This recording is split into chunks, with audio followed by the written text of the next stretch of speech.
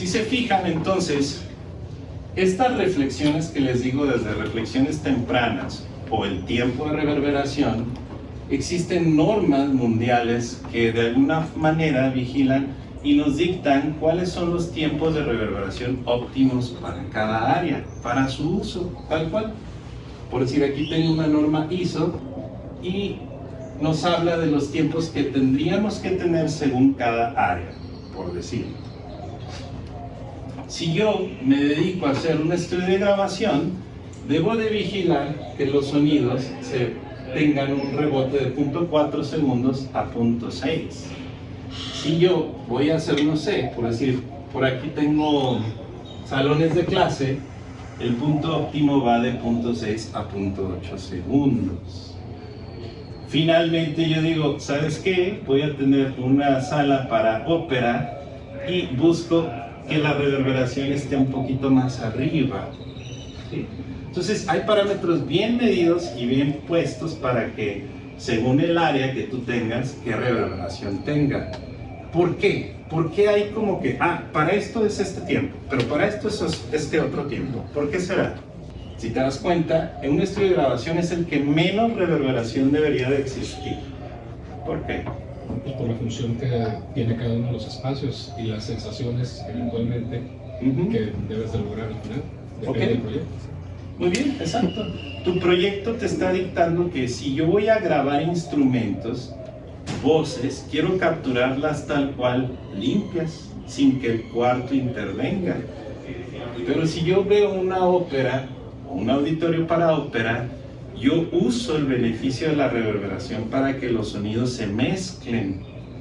Por decir, si yo voy a un auditorio, a un teatro, y escucho a la cantante de ópera, pero no hay reverberación, pues se escucha como si fuera la cantante en el baño, o alguien así en un lugar muy pequeño, y no es tan rico para nuestra experiencia.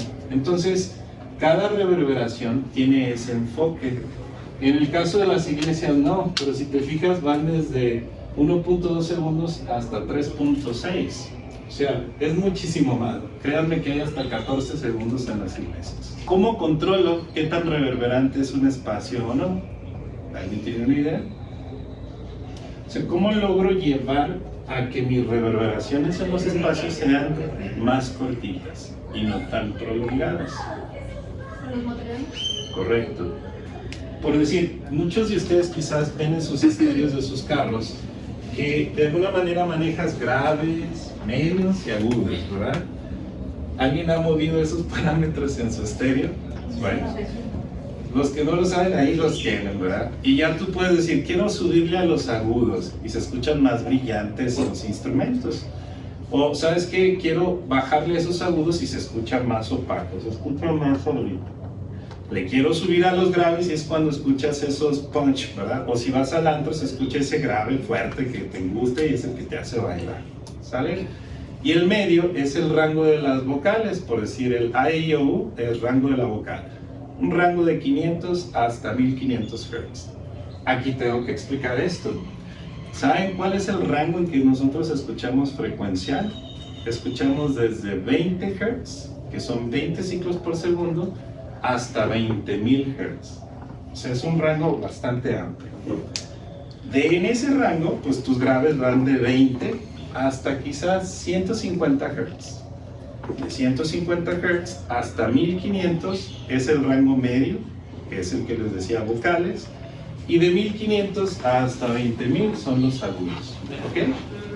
Entonces, ¿por qué explico las frecuencias? Porque al momento entonces que yo hablo o genero un sonido, o a veces reverberan más los graves, o a veces más los agudos, o a veces más los medios. O sea, ese rango completo debo de vigilar que reverbere de una manera específica, por darte una idea.